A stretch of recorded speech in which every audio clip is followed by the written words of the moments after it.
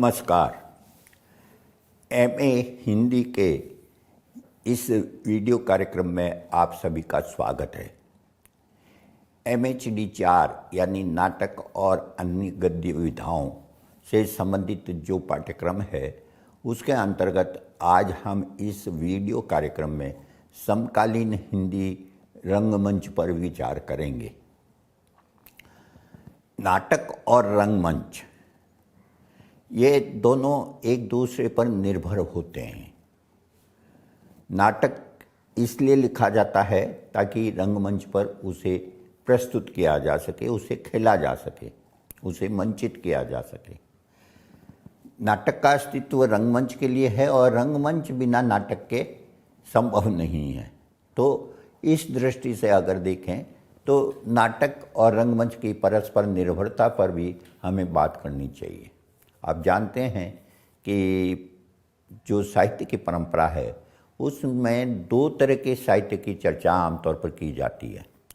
एक दृश्य माध्यम और दूसरा जो है वो शब्द माध्यम, यानी कि जो जिसे हम बोलकर वाचन के द्वारा जिसे हम अपने आनंद लेते हैं।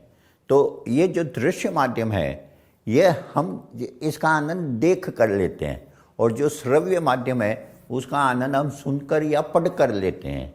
नाटक दृश्य माध्यम के अंतर्गत आता है क्योंकि उसे खेला जाता है, उसे देखकर हम उसका आनंद लेते हैं।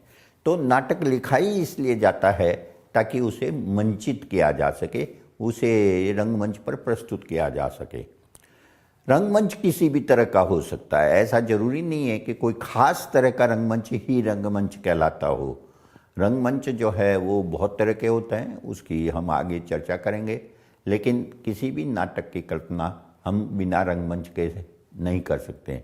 जिस तरह नाटक के कई प्रकार होते हैं, उसकी विषय वस्तु के अनुसार, उसके शिल्प के अनुसार, उसके भाषा के अनुसार, उसी तरह से रंगमंच के भी कई प्रकार होते हैं और रंगमंच की एक लंबी परंपरा है। हिंदुस्तान में भी आप जानते हैं कि संस्कृत नाटक लिखे गए थे आज से 2000 साल या उससे भी पहले।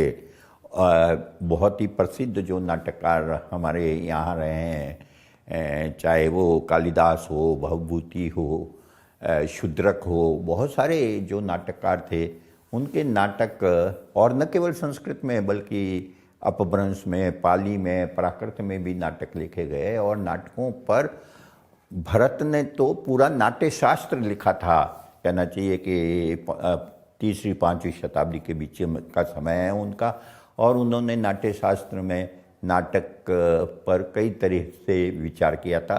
लेकिन केवल नाटक पर नहीं बल्कि रंगमंच पर भी और रंगशाला पर भी। तो इस दृष्टि से देखें तो नाटक और रंगमंच का आपस में संबंध है। रंगमंच क्या है, इस बात को समझने की ज़रूरत है। दरअसल आप देखेंगे कि कोई भी नाटक जो है वो अभिनेताओं द्वारा प्रस्तुत किया जाता है, स्त्री और पुरुष अभिनेताओं द्वारा, और वे अभिनय के माध्यम से उसे प्रस्तुत करते हैं। बिना अभिनय के कोई नाटक प्रस्तुत नहीं किया जा सकता। ये जो अभिनय है इसमें दो तरह के अभिनय आमतौर पर होते हैं। एक आंगिक अभिनय होता है और एक वाचिक अभिनय होता है। आंगिक अभिनय मतलब है जो हम शरीर के अंगों से अभिनय करते हैं। जैसे आप देखेंगे कि किसी भी नाटक में अभिनेता केवल बोलता नहीं है, कहीं खड़ा हो, मंच पर खड़ा हो जाएगा और खड़ा होकर वो सिर्फ बोलेगा, ऐसा नहीं करता है। अगर उसको गुस्सा आ रहा है तो उसकी आंखें लाल हो जाएगी। अगर वो जो है बहुत ही दुखी है तो उसका चेहरा जो है लटका हुआ दिखाई देगा। तो जो अलग अलग तरह के भाव उसके चेहरे पर आते हैं उसके अनुसार उसका मुंह पर तरह तरह के भाव आते हैं। उसके हाथ पैरों में भी हमें जो है वो अभिनय की अभिव्यक्ति दिखाई देगी। हाथ कांपने लगेंगे दुखी होगा तो, या डर होगा तो वो उसी के अनुसार वो डर उसमें व्यक्त होगा। तो आंगिक अभिनय और वाचिक अभिनय, वाचिक यानी कि बोलकर जो अभिनय किया जाता है। संवाद जो लिखे जाते हैं नाटकों में, वो संवाद इसलिए लिखे जाते हैं ताकि अभिनेता फिर उन संवादों का मंच पर वाचन करे, लेकिन वो वाचन नहीं होता है, वो अभिनय के साथ वाचन होता है।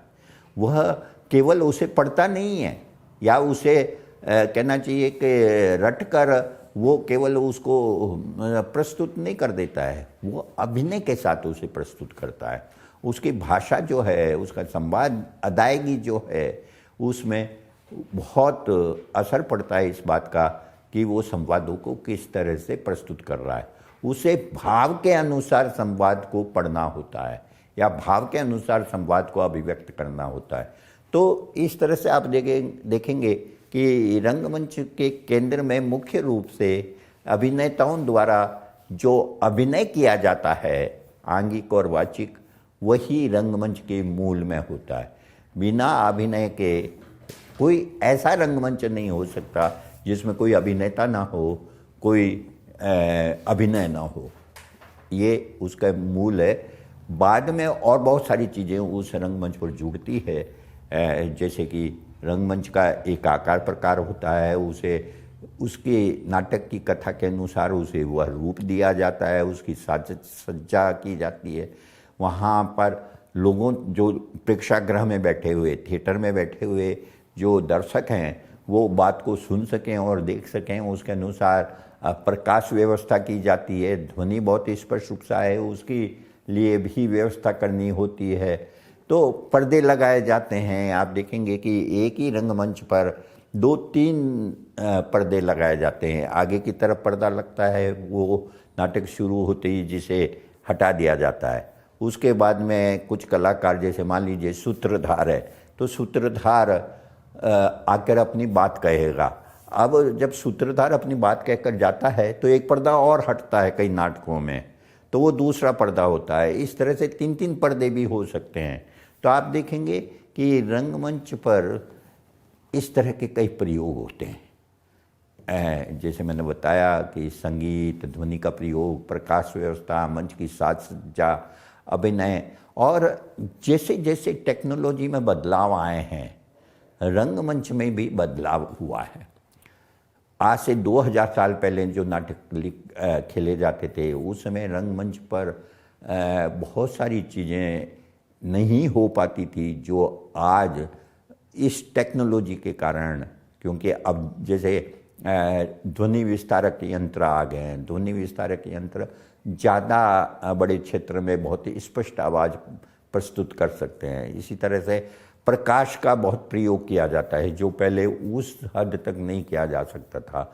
अब तरह तरह के प्रकाश का इस्तेमाल किया जा सकता है। अगर आप रंगमंच पर किसी एक अभिनेता को ही हाईलाइट करना है, उसी पर आपको केंद्रित करना है, तो बाकी जगह अंधेरा करके उस खास अभिनेता पर पूरी रोशनी डाली जा सकती है। तो ऐसे कई सारे परिवर्तन जो है नई टेक्नोलॉजी के कारण हुए हैं। जो सबसे बड़ा परिवर्तन हुआ है वो दृश्य और अंक में परिवर्तन हुआ है। अब पहले दृश्य और अंक में परिवर्तन के लिए पर्दे को उठाया और गिराया जाता था। यमनी का पतन, यमनी का पात, इस तरह के शब्दों का पर्दा गिरता है, पर्दा उठाया जाता है। अब कई बार बिना दृश्य और अंक परिवर्तन के पूरा का पूरा नाटक प्रस्तुत कर दिया जाता है। केवल ये होता है कि कुछ क्षणों के लिए एकदम अंधेरा रंगमंच पर कर दिया जाता है और फिर धीरे धीरे रोशनी की जाती है और दृश्य बदल जाता है। तो इस तरह की चीज़ें भी होने लगी है। तो ये ध्यान रखना चाहिए कि रंगमंच जो है वो नाटक के अंदर बहुत ही महत्व रखता है, और इस रंगमंच पर ही हम आज चर्चा कर रहे हैं। हिंदी रंगमंच के और नाटक के बहुत बड़े विद्वान, विचारक और आलोचक नेमिचंद जैन ने सही लिखा था कि नाटक में हर भाव, विचार, पात्र, स्थिति और वातावरण ऐसा होना आवश्यक है कि वह मूर्त और रूपायित हो सके, तभी वह रंगमंच पर काम आ सकता है और दर्शक वर्ग तक पहुंच सकता है। तो इस तरह से आप देखेंगे कि नेमिचंद जैन ने जो बात कही है कि नाटक में कुछ भी ऐसा नहीं व्यक्त होना चाहिए जिसे कि रंगमंच पर रूपायित न किया जा सके, मूर्त न किया जा सके। यानी कि जो भी वर्णन वह करे जो भी क्रियाएं दिखाए, जो भी स्थितियां दिखाए, वो सब ऐसी हो जो रंगमंच पर संभव हो सके, दिखाना संभव हो सके और जिसे दर्शक तक संप्रेषित किया जा सके।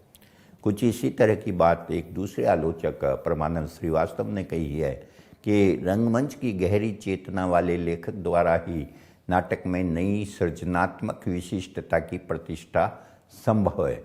यानी कि जिसे रंगमंच की जानकारी नहीं है और रंगमंच की बहुत अच्छी जानकारी नहीं है, वो परमानंद श्रीवास्तव के अनुसार नाटक में नई सृजनात्मक विशिष्टता नहीं ला सकता। नई सृजनात्मक विशिष्टता तभी संभव होती है जब रंगमंच की जानकारी नाटककार को हो, और उसके अभाव में नहीं तो वो नाटक जो है वो रंगमंच पर उसे खेलना संभव नहीं होगा।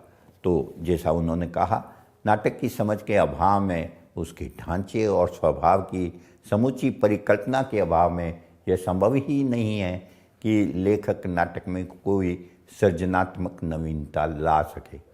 नाटककार के लिए रंगमंच के सभी पक्षों की जानकारी जरूरी है, निश्चय ही उससे लेखन में सहायता मिलती है, लेकिन इससे यह निष्कर्ष निकालना सही नहीं होगा कि रंगमंच की जानकारी मात्र से श्रेष्ठ नाटक लिखा जा सकता है।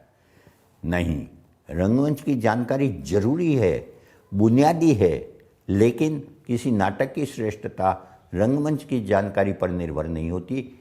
वह जीवन की जानकारी जरूरी है, उसके जीवन की पेचीदगियों को समझना जरूरी है, जीवन की जटिलताओं को समझना जरूरी है, और उसे एक मौलिक नाटकीय रूप दे सकने की क्षमता नाटककार के अंदर होनी चाहिए।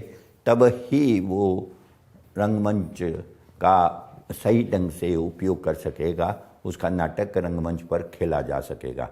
भारत में रंगमंच की परंपरा जो है, जैसा मैंने बताया कि बहुत पुरानी है। संस्कृत रंगमंच का मूल जो माना जाता है वो ऋग्वेद में संलाप सूक्त से माना जाता है, जिसमें उर्वशी और पूर्वा के बीच में संलाप होता है, यानी बातचीत होती है।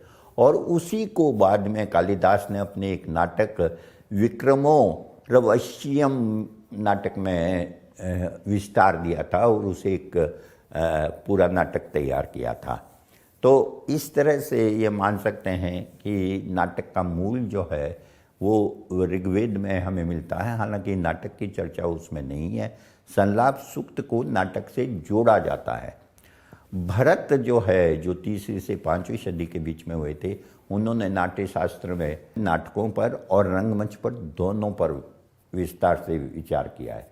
खास बात यह है कि भरत ने नाटक को रस से जोड़ा है। उनका जो प्रसिद्ध रस की परिभाषा वाली सूत्र है कि तत्र विभावानुभाव व्यभिचारी संयोगाद रस निष्पत्ति, जिसमें जो उनका यह कहना है कि विभाव और अनुभाव के संयोग से रस की निष्पत्ति होती है, उसमें कहाँ होती है? तत्र। तत्र क्या है? वो रंगमंच है, जहाँ पर कि अभिनय होता है। और इस तरह से रस और रस की अभिव्यक्ति के साधन पर भरत ने अपने नाट्य शास्त्र में विचार किया है। नाट्य शास्त्र में उन्होंने रंगमंच पर नाटक को प्रस्तुत करने के लिए 4 साधनों का उल्लेख किया है: आंगिक, वाचिक, सात्विक और आहार्य। ये आंगिक, वाचिक, सात्विक और आहार्य क्या है? इसमें से आंगिक और वाचिक पर मैं आपको शुरू में बता चुका हूँ। आंगिक यानी शरीर के अंगों के द्वारा किया गया अभिनय। वाचिक मतलब है संवादों के उपयुक्त उच्चारण द्वारा किया गया अभिनय। उपयुक्त उच्चारण का मतलब है कि संवादों के माध्यम से जो भाव व्यक्त किए जा रहे हैं, उन भावों के अनुसार संवाद बोलना। तीसरा है सात्विक। सात्विक का मतलब है कि भाव स्थितियों को व्यक्त करने वाले अनुभाव, यानी कि आप देखेंगे कि केवल अंगों का अभिनय और केवल संवाद नहीं बोले जाते। जो भाव स्थितियां हैं, जो अनुभाव हैं, जिस विभाव अनुभाव की चर्चा की है और संचारी भाव की चर्चा की है, उसमें आप देखेंगे कि जो स्थायी भाव होता है किसी भी नाटक के अंदर, उस स्थायी भाव के साथ में जुड़े हुए और कई सारे भाव आते हैं, और वे सारे भाव जो हैं वो उस नाटक को प्रभावशाली बनाएंगे। और अंतिम है आहार्य। आहार्य है वे सामग्रियाँ जो नाट्य प्रदर्शन के लिए आवश्यक है, जैसे रंग, वेशभूषा, अलंकार। यानी रंगमंच की जो पूरी रचना है, उस पूरी रचना को भरत ने एक तरह से उन सब पर विचार किया है। उन्होंने नृत्य और संगीत की विस्तृत व्याख्या की है। उन्होंने प्रेक्षागृह कैसा होना चाहिए, इस पर भी काफ़ी विस्तार से बात की है। तो इस तरह से भरत ने न केवल नाट्य शास्त्र में नाटक पर विचार किया है, बल्कि रंगमंच पर विचार किया है, रस पर विचार किया है, अभिनय पर विचार किया है। और इस दृष्टि से जो आज से लगभग 2000 साल पहले लिखा हुआ ग्रंथ है, वो इस दृष्टि से बहुत महत्वपूर्ण है। ये जो संस्कृत रंगमंच की परंपरा है, इसके समानांतर भारत में बहुत पहले से लोक रंगमंच रहा है। संस्कृत रंगमंच तो मध्य युग में आकर एक तरह से कहना चाहिए कि समाप्त हो गया। समाप्त यानी कि वो परंपरा लगातार आगे नहीं चल सकी। क्यों नहीं चल सकी, उस पर विद्वानों के बीच में तरह तरह के कहना चाहिए कि उनका पक्ष है। हम उसमें न जाकर सिर्फ इतना सत्य है कि जो संस्कृत रंगमंच है, वो संस्कृत रंगमंच बहुत लंबे समय तक नहीं चल पाया और मध्य युग में आकर एक तरह से रंगमंच की परंपरा खत्म हो गई। लेकिन उस समय भी लोक रंगमंच बने रहे, क्योंकि लोक नाट्य शैलियाँ बनी रही। भारत में 25 से अधिक लोक नाट्य शैलियाँ हैं, और वे लोक नाट्य शैलियाँ अपने विशिष्ट लोक रंगमंच के साथ खेली जाती रही है।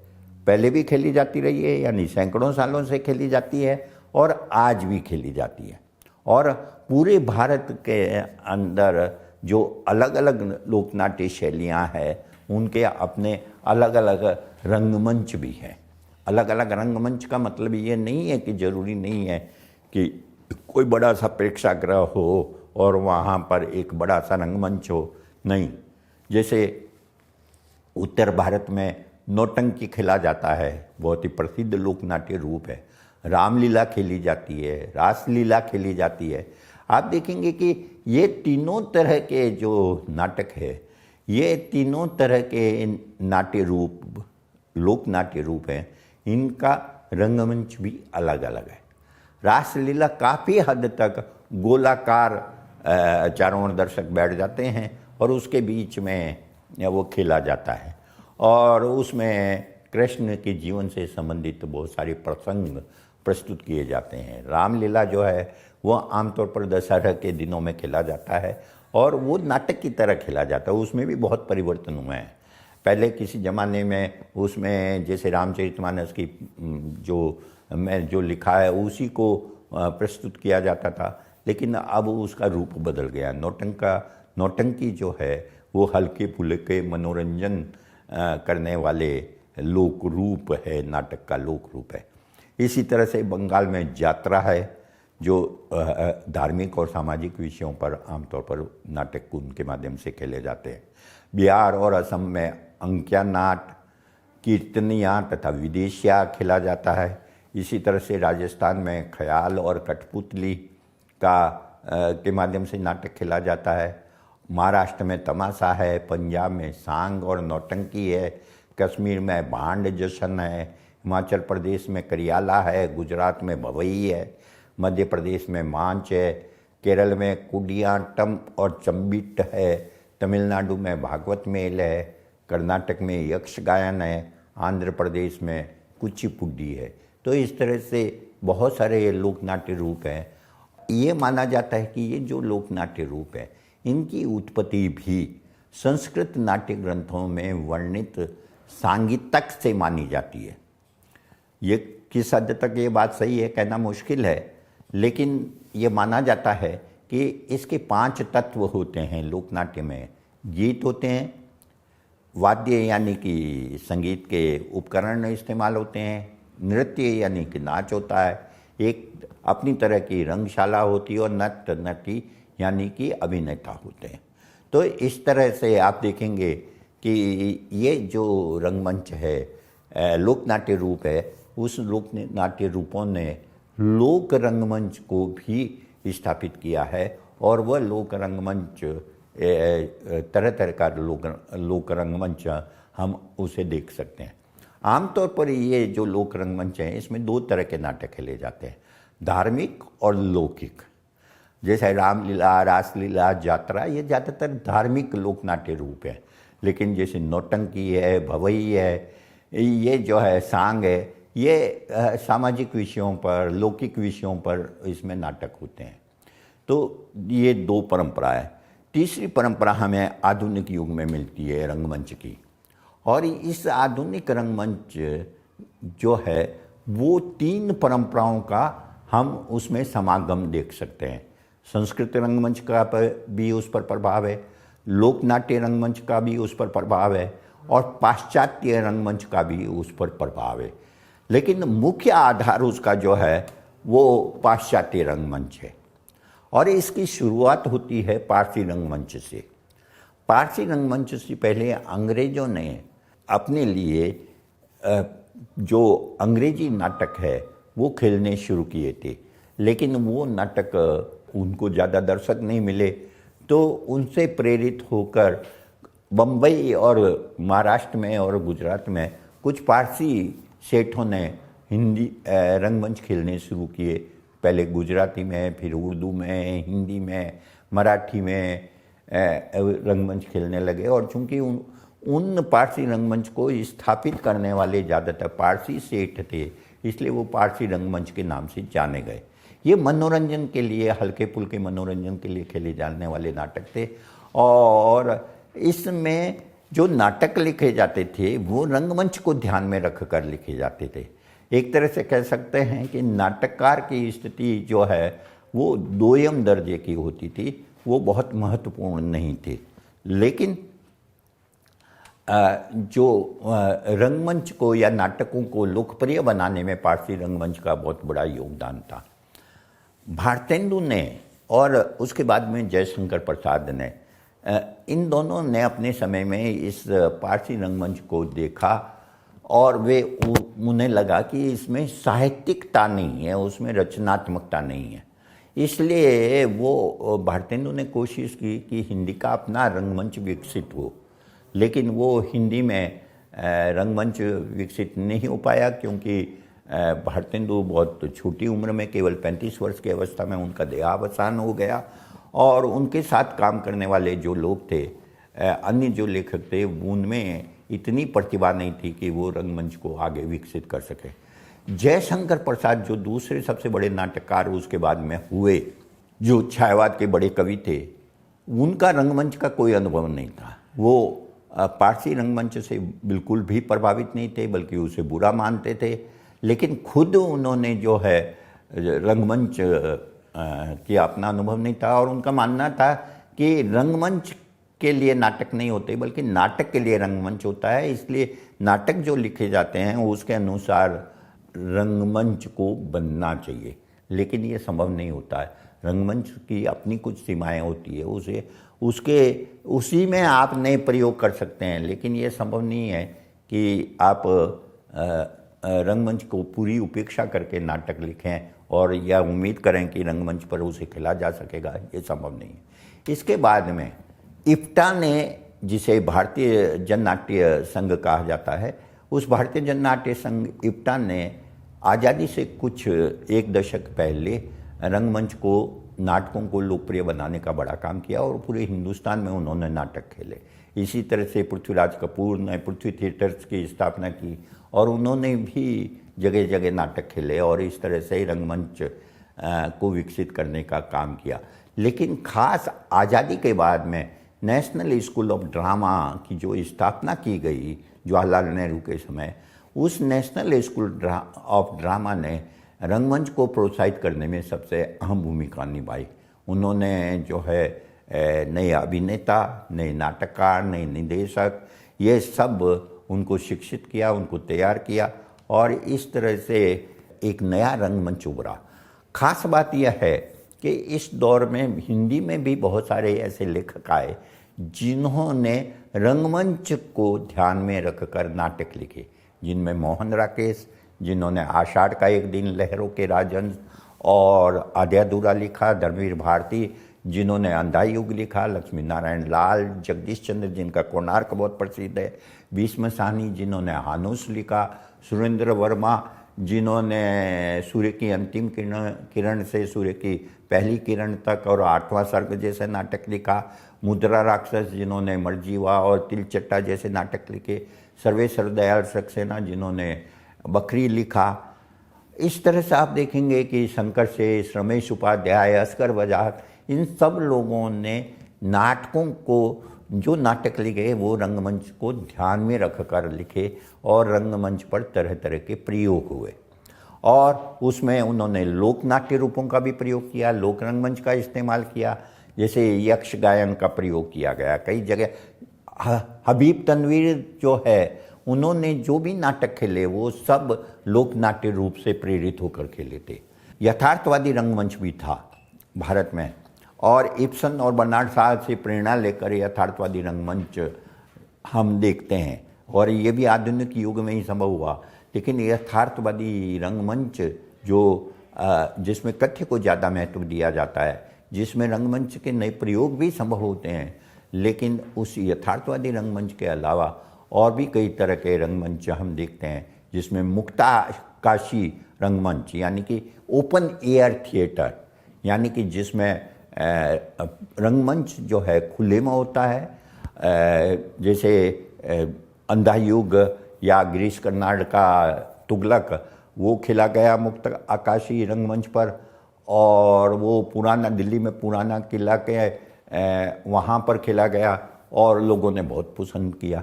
इसी तरह से नुक्कड़ नाटक है, वो रंगमंच एक तरह से उस नुक्कड़ नाटक के अंदर ही समाहित है, वो गली नुक्कड़ रास्ते पर कहीं भी खेला जा सकता है।